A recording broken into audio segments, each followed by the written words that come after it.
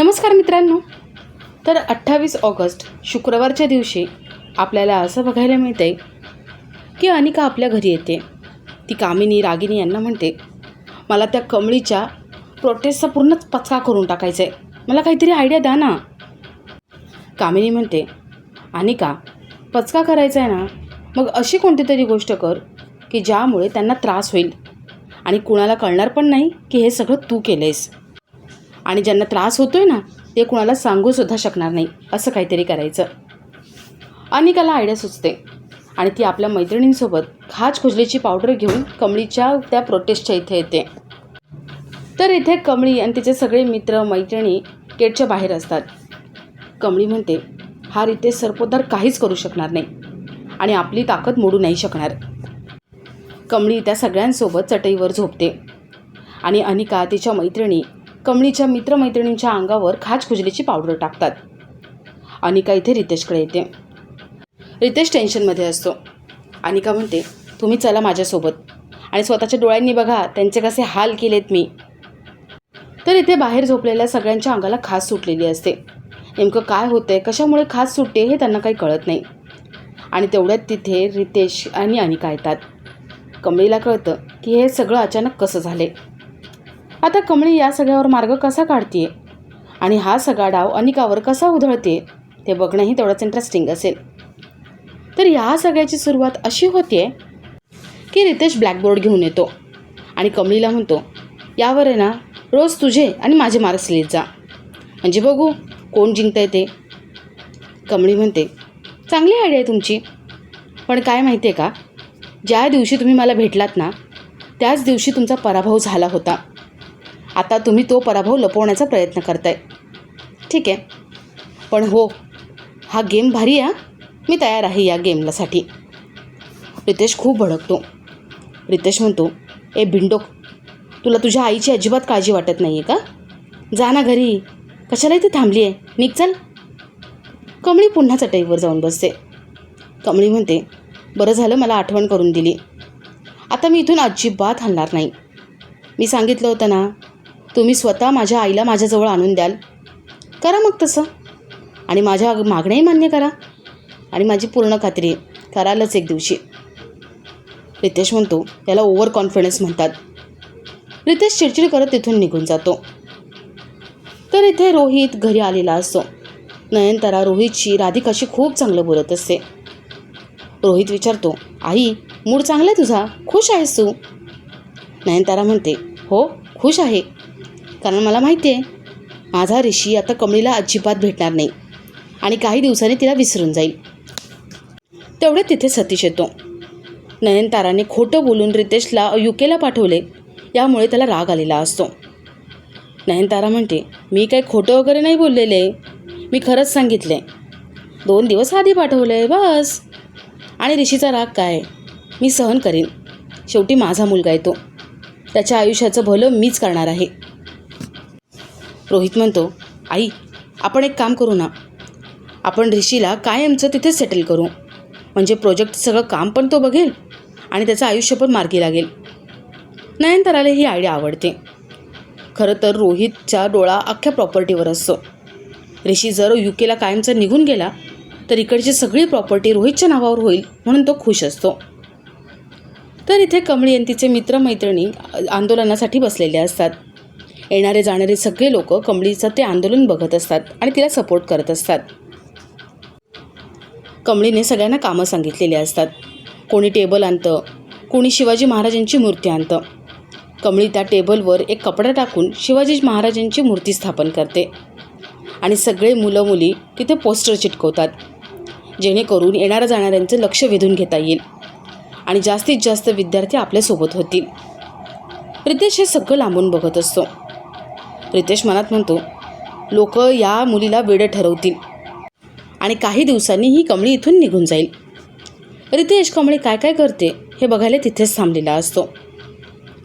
तर इथे ऋषी युकेला पोहोचतो आणि त्याला कळतं की इकडचं काम अजून आठवडाभर लांबणीवर गेलेले, हे काम लवकर चालू होणार नाही.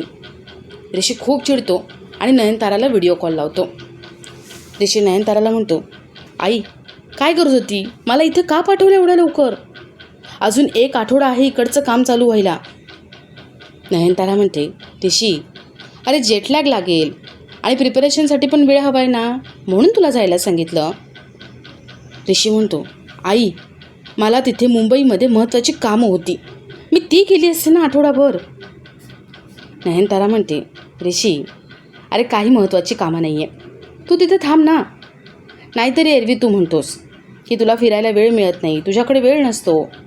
आता वेळ आहे ना, मग 2 दिवस मस्त फिरून घे, एन्जॉय कर. 2 दिवस प्रिपरेशन पण कर, झोप पण काढ, आराम कर आणि नंतर फिरायला जात जा.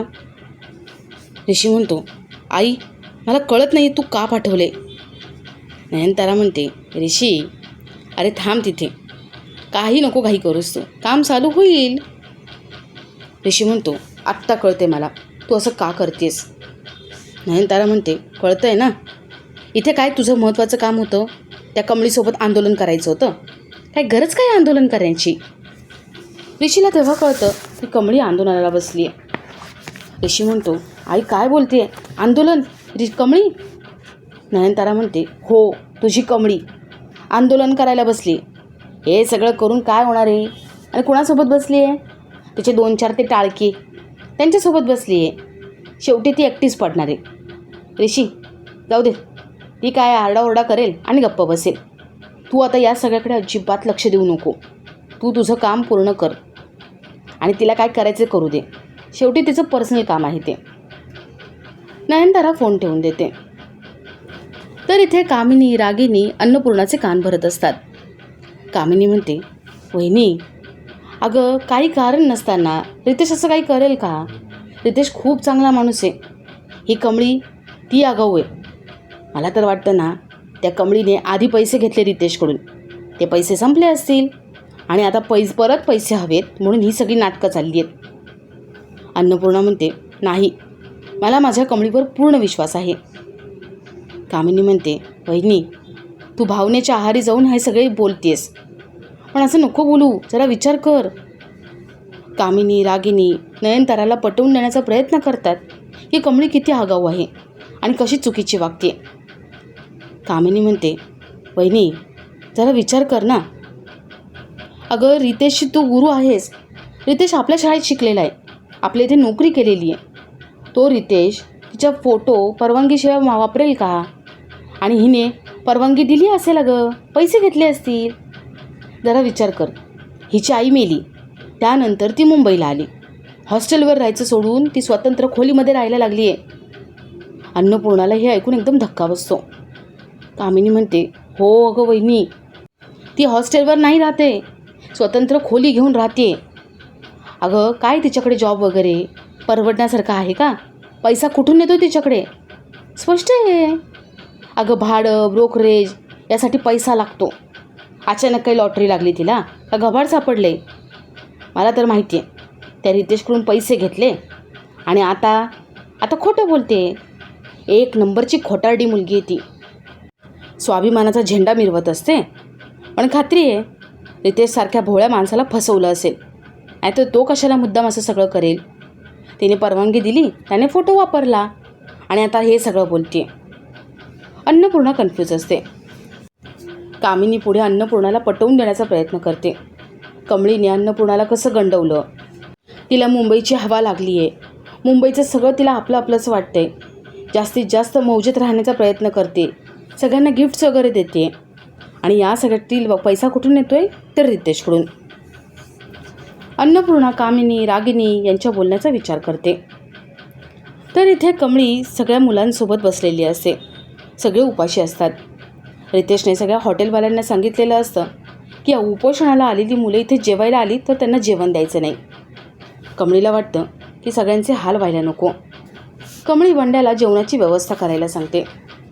बंड्या जेवणाची व्यवस्था करायला जातो आणि आपला आजचा हा भाग इथेच संपतो.